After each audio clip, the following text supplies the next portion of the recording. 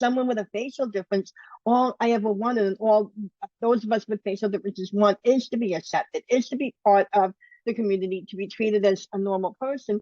And we face so much rejection that to stop being afraid of it, it's like it's in our DNA almost. We can't not be afraid of rejection because we've learned to expect it so much. So for me to stop Mhm. being afraid of rejection was to realize that I don't need other people and I don't need others to validate who I am. I know who I am. I know what I do. I know what I stand for.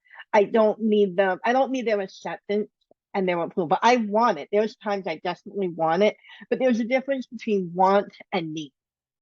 And once you can really Mm. get clear on that difference between want and need, again, it's like a whole new world and you realize freedom because then you're not controlled by that want. Welcome back to the Empowered Woman, Badass, and Unfiltered podcast. Your host, Olivia, here. And we're officially in season 10, guys. I'm super pumped. And I'm so honored to start this season 10 off with my fourth TEDx speaker ever featured on the Empowered Woman, Badass, and Unfiltered. Her name is Christina Errico, and she was born with a bilateral cleft lip palate, cleft lip and palate. Today, she's going to be talking about building resilience, self-confidence, self-acceptance, and how she learned to overcome the challenges of living with a cleft lip and palate to become the person she is today. And when I say this woman is accomplished, like you don't just like become a TEDx speaker, okay? But not only that, she's an entrepreneur. She has helped out so many different communities all over the world. And here she is today. So, Christine, I'm so happy to have you here. Thank you so much, Olivia. I'm really excited to be here. I appreciate it. Awesome. So, I just want to know, like, what made you so, what made confidence such a big thing for you to talk about? Wow, that's a really great question. Growing up, I didn't have any confidence. I thought I did, and that's the irony looking back now. If somebody says, "Oh, you're not a confident person," I would have, dismissed them and says, "No, I have plenty of confidence. I'm empowered. I'm strong. I can do whatever I want." But what I realized now as an adult and with all of the work on myself is that I was faking it. I brought new meaning to the term "fake it till you make it." Because I was in such denial about my cleft lip palate and I kept telling myself I was normal and I refused to talk about it, it was my coping mechanism Mm, to really believe that I had more confidence than I did. But looking back now, I realized I didn't. Specific examples were I was always, as my therapist loves to put it, tap dancing for what I thought everybody else wanted me to be. And as a result, I didn't know who I was because I was whatever my mother wanted me to be, the perfect daughter, or if I was in a relationship, whatever my partner wanted me to be, the perfect partner, or in a job, whatever I thought they wanted me to be. So I didn't have any of my own identity, but I thought because I was doing that, I was confident enough. I wasn't really afraid to talk to people. But what I realized again was I had terrible social anxiety. I just hid it behind almost being like a permanent full-time actor, which I didn't even know I was acting. And as a result, when I was finally out on my own after my mother passed and I was divorced and I had nobody telling me or no role to fill, I didn't know who I was. And that's when it was like my world came crashing down and I realized, wow, I really have no confidence. I was so afraid to do things, afraid to talk to people, afraid to be myself and be vulnerable because it was always, well, what if they don't like me? Or what if that's not who they want me to be? And it was really kind of a difficult realization to come to. But once I worked through that and I realized that the importance is being myself and figuring out who I am, I started to rebuild that confidence through a lot of work on myself, a lot of therapy, group therapy, and finding some cornerstones that helped me get back to the point of being confident, asking for what I want, setting boundaries, learning to manage and acknowledge my emotions, which is something I never did. And, as a result, that's how I decided to go ahead and start helping others build their own confidence. I have so many, I'm already getting so many notes. I like to take notes. So this That's awesome. um okay. So I can relate to like the people pleasing because I used to be a people pleaser. Mhm. Um I like to say I'm a recovering people pleaser. You and me both. like like there's still some parts of me that it's like because I work in the food and beverage industry. I'm now in management at a fine dining restaurant. So of course it's always about, making things um the right way. Mhm. Um so and always, going above and beyond for guests. But in my personal life too, I've had to learn like setting those boundaries are so important. Mhm. Um I love how you talked about, the increased anxiety that you had Yes. because you were suppressing your real emotions. I mean, there's a lot of reasons to have anxiety. I'm not saying that was like the Right. one end all be all, but I know that when you're constantly masking yourself and not acknowledging your emotions, that will cause increased anxiety as well because Mhm. now you're so worried about other people's opinions because you get your validation Yes. and your source from outside of yourself. Um Exactly. and like really diving deep into finding your identity, I want to talk about that, but and how you shifted from not caring so much about other people's opinions. How did you Yes. like, I've got my methods on how I've shifted, but I really want to know what did you do to stop caring about other people's opinions so much? Oh, that's a big question, and it's still hard at times, but I mean, it's a lot easier than it used to be. And the biggest thing I did was I stopped being afraid of rejection, and I stopped being afraid of what they thought of me because I once I realized who I was and I became confident in who I was, I realized that if they don't like me, if they have a different opinion of me, if they have a negative opinion of me, not going to affect who I know I am in my heart and in my soul. And it's not going to affect what I do. I know how I treat people. I know what I stand for. And their opinion of me, it's like one of my favorite quotes that I learned when I was working on myself was by RuPaul. And he said, other people's opinions are none of my business. And when I heard that, and at first it took me a while to really take that in and realize that. But when I really took it to heart, I was like, he's right. He's such a smart person and he's right. I mean, they can have their opinion, they can share it with me, but what I do with it is my choice. And not letting it affect me because I still know who I am. It was like it opened up a whole new world for me. It gave me freedom that I never knew existed. I heard Lisa Nichols actually say that same one too. Other people's Hmm. opinions of me are none of my business. And that is one that helped me as well. Hmm. Stop being afraid of rejection. How is that for the listeners that are like, man, that's really hard. Like, how do you just stop doing that? Yes. Like, how Yeah. how do It's you? mhm. It's definitely a loaded statement because as someone with a facial difference, all I ever wanted and all those of us with facial differences want is to be accepted, is to be part of the community, to be treated as a normal person. And we've faced so much rejection that to stop being afraid of it, it's like it's in our DNA almost. We can't not be afraid of rejection because we've learned to expect it so much. So for me to stop Mhm. being afraid of rejection was to realize that I don't need other people and I don't need others to validate who I am. I know who I am. I know what I do. I know what I stand for. I don't need them. I don't need their acceptance and their approval. I want it. There's times I desperately want it, but there's a difference between want and need. And once you can really Mm. get clear on that difference between want and need, again, it's like a whole new world and you realize freedom because then you're not controlled by that want.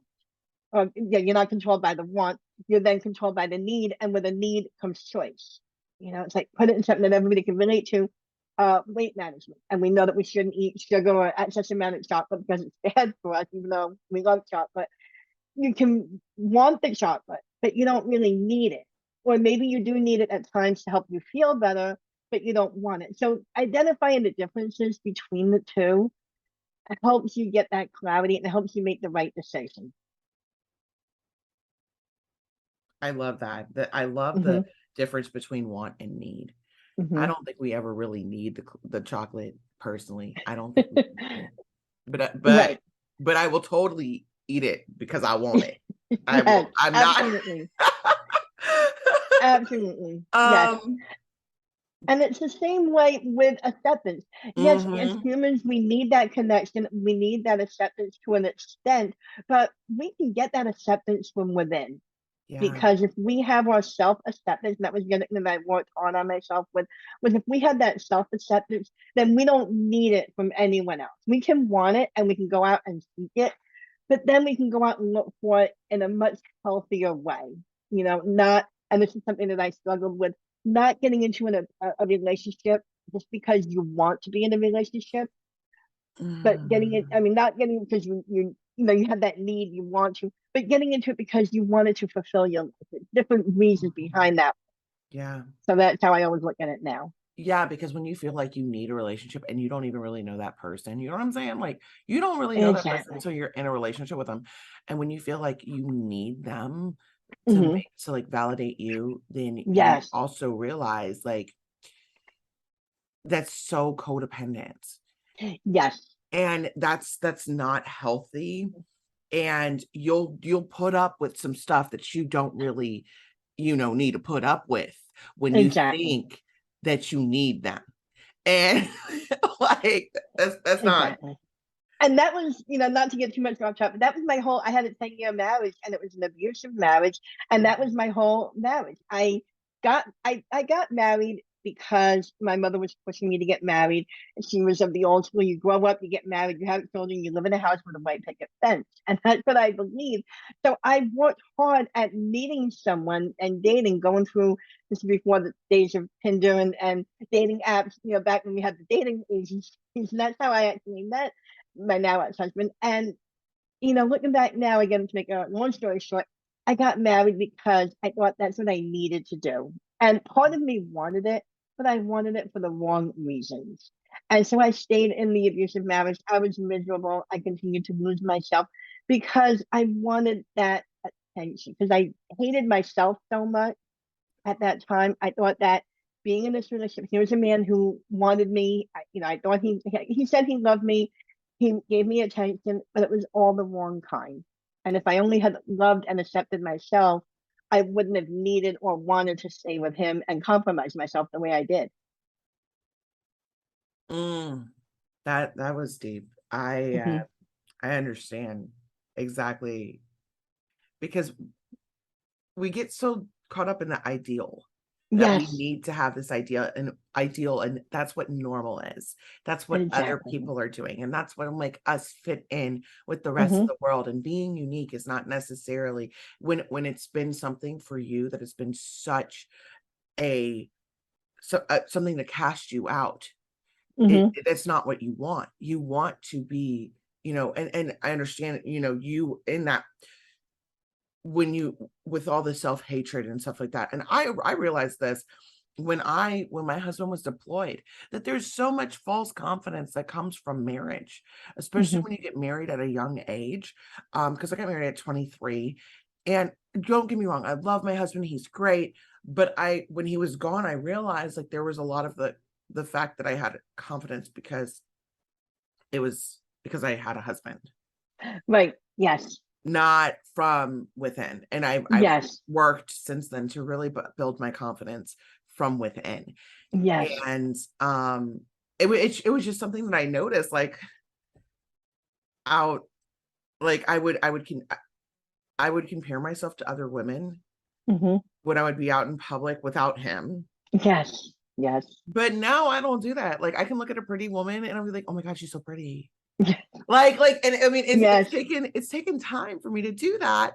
But at the same time, I understand what you're saying with like, you know, and it wasn't even like a self-hatred for me, but with the confidence.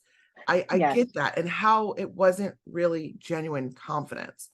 Hmm.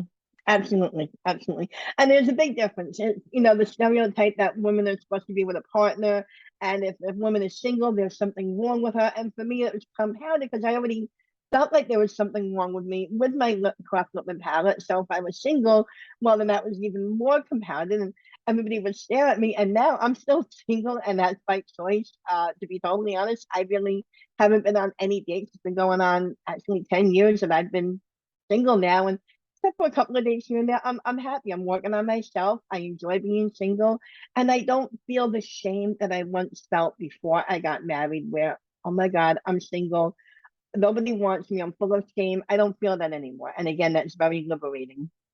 Yes. Oh my goodness. I am so happy for you for that. Now, I want to talk about Smile Train. Hmm. Tell me a little bit about Smile Train. Absolutely. So Smile Train is a global nonprofit organization, and they train medical professionals in undeveloped countries to perform cleft lip and palate surgery. So rather than some of the other organizations that bring missionaries now, that bring the doctors into those countries, perform the surgeries and leave, Smile Train trains the doctors, nurses, and surgeons that are already in those hospitals. So the benefit is that a patient, whether it's a new baby or even an adult that is in that area that has a cleft lip and palate, can go to that hospital and get treated. They don't have to wait until the team of doctors are there. That resource, that cleft lip repair surgery is always available. And that's been really, really life changing for so many people in these undeveloped countries that don't have the medical advancements that we have in the United States.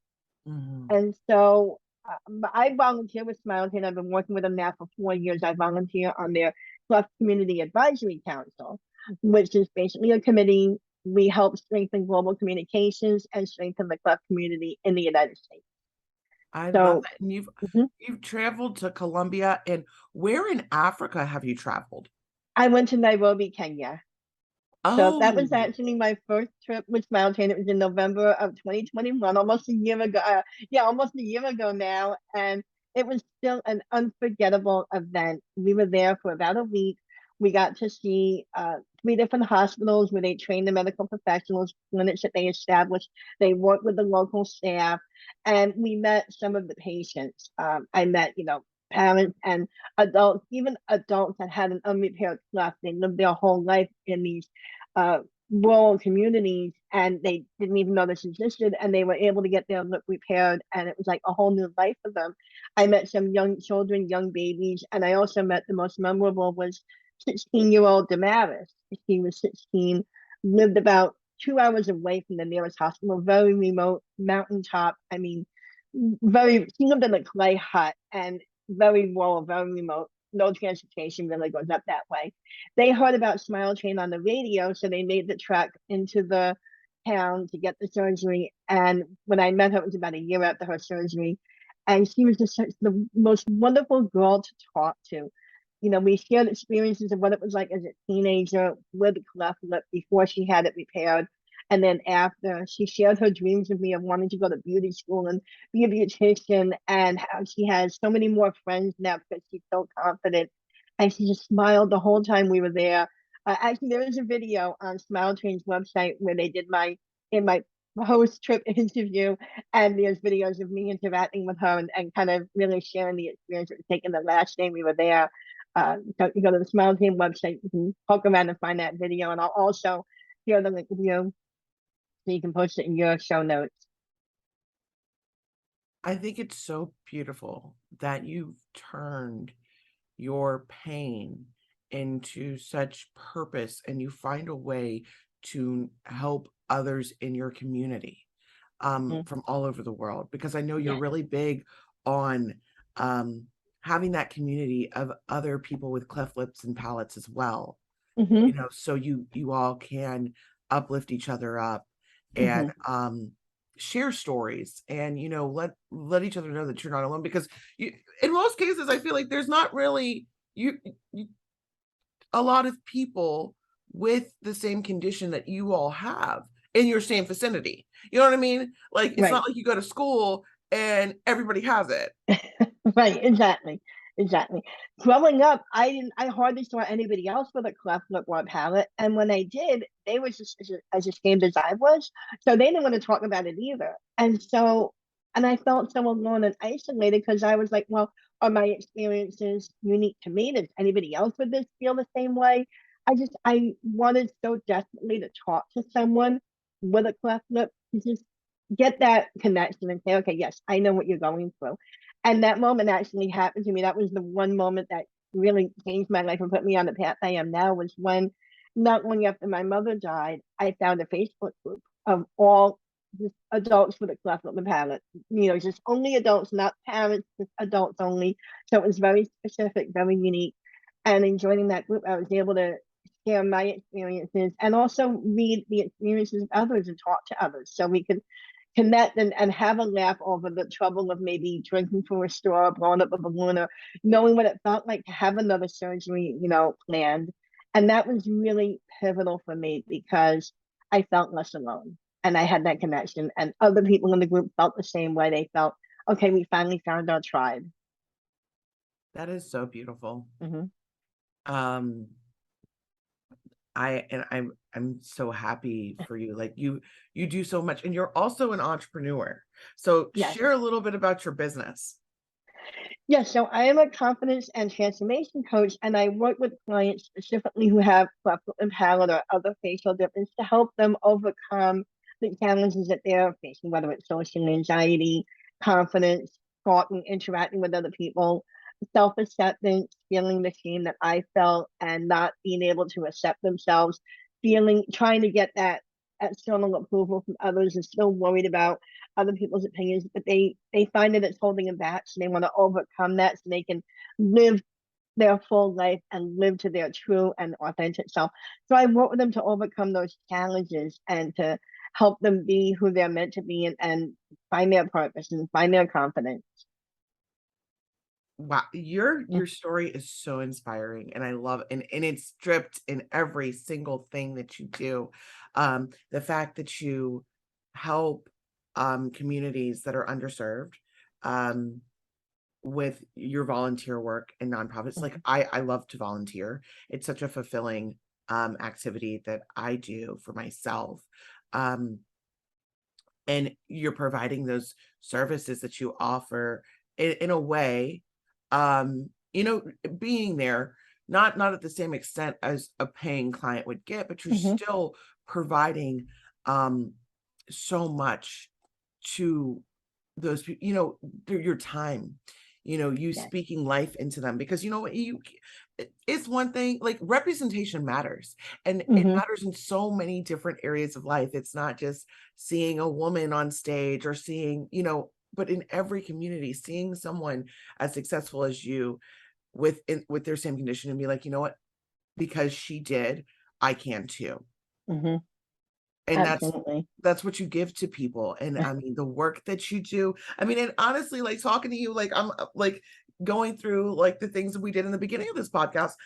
I'm just like, how did you, like, I have my own ways of doing things, but the fact that you can address like the people pleasing, the the identity shift that you made to really finding your identity and loving yourself, genuinely loving yourself, um that's huge. And the fact that you teach other people to do that as well, after having years of Mhm. self-hatred towards themselves, and that might not be the case in everybody's situation, but helping them build that confidence, helping them step into who they were intended to be, and becoming the best versions of themselves. um that is so beautiful. So thank you, and I'm so honored to have you on and have you sharing all of this. And I learned, I learned some stuff. I really, like, it really gave me the difference between need and want. That really Mhm. gave me that new reminder of that. Yes. Um, and that's in anything. That's in your diet. Mhm. That's in Yes. that's in people for sure. Yes.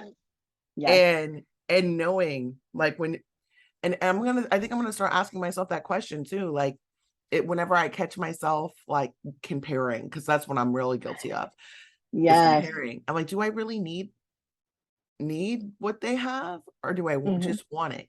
Mhm. Yeah.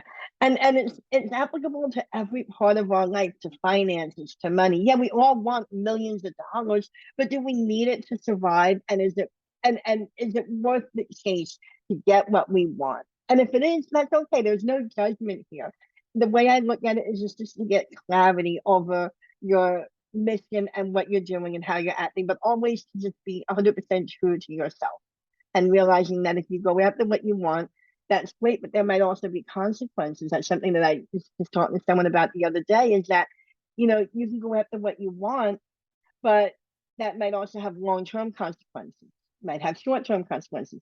You can't go ahead and rob a bank and 7 years down the line not expect there to still be consequences from it just because you wanted to rob a bank 7 years ago when maybe you were young and didn't know any better. That's going to follow you for the rest of your life. So that's also something to think about too. If I overeat now, which is something I know a lot of us struggling with confidence may also struggle with weight or body issues. If I overeat now, am I prepared to accept the consequences of that long-term weight gain or anything? And for me, it was about the acceptance of other people. I want their acceptance, and am I willing to compromise myself to get that? And once I realized that compromising myself felt terrible and it wasn't worth it, I said, no, I don't want their approval. I don't want their acceptance that bad that I'm willing to compromise myself. And that's probably some of the reasons why I'm still single. Is I just, I'll be honest, a lot of it is still fear. After coming off a 10-year marriage and being single for so long, there's a lot of fear in going back to dating. But it's also, do I want to be in a relationship again and then have to give up the lifestyle that I have now and that freedom? And so, and that might change in a couple of years. It might not. But getting really clear on what you want helps you with your everyday actions, even your long-term goals. My husband and I just did vision boards together. So yes, getting like long-term, short-term goals, we're all about it. I really like what you said. Am I willing to compromise myself to get that? Mm-hmm. That's That's the another biggest thing. really good question to Mm-hmm. consider, to ask yourself in not just relationships, but in every area of life. Like Christine, I've learned so much from you in this short time span. I'm so grateful to share space with you, because this was very, very impactful. Mm-hmm. And it's like, you are one thing I think we didn't touch on that I really want to before you go is getting out of your comfort zone. Yes. I know it's to get where you are today, you had to take steps to get out of your comfort zone in so many different areas. Mm-hmm. Yes. What advice would you give to somebody when it comes to taking that first step? Oh, wow. The first thing is make sure you have a good support system, whether it is a therapist, you're working with a coach like myself, you have friends, and it can be all of the above. I had a really good support system, and I had a fabulous therapist, and I had friends, who supported me. I had actually family when I was going through my divorce. That was the first big comfort zone because I had to initiate the divorce, especially because my ex-husband was abusive. There was a lot of fear. And I remember thinking my biggest thing, and this is where I really realized how much I compromised myself. I kept saying I didn't want to divorce him because I didn't want to hurt his feelings. And I think back now and I think, here's someone that put me through 10 years of misery, but I was concerned about his feelings. And that's how much I lost myself.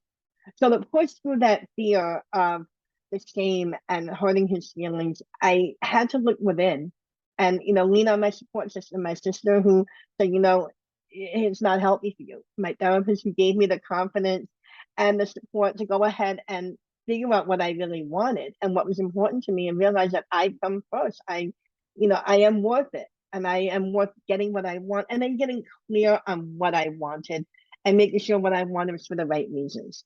So once I realized all of that, I just said, okay, I know what I want. I know what's best for me.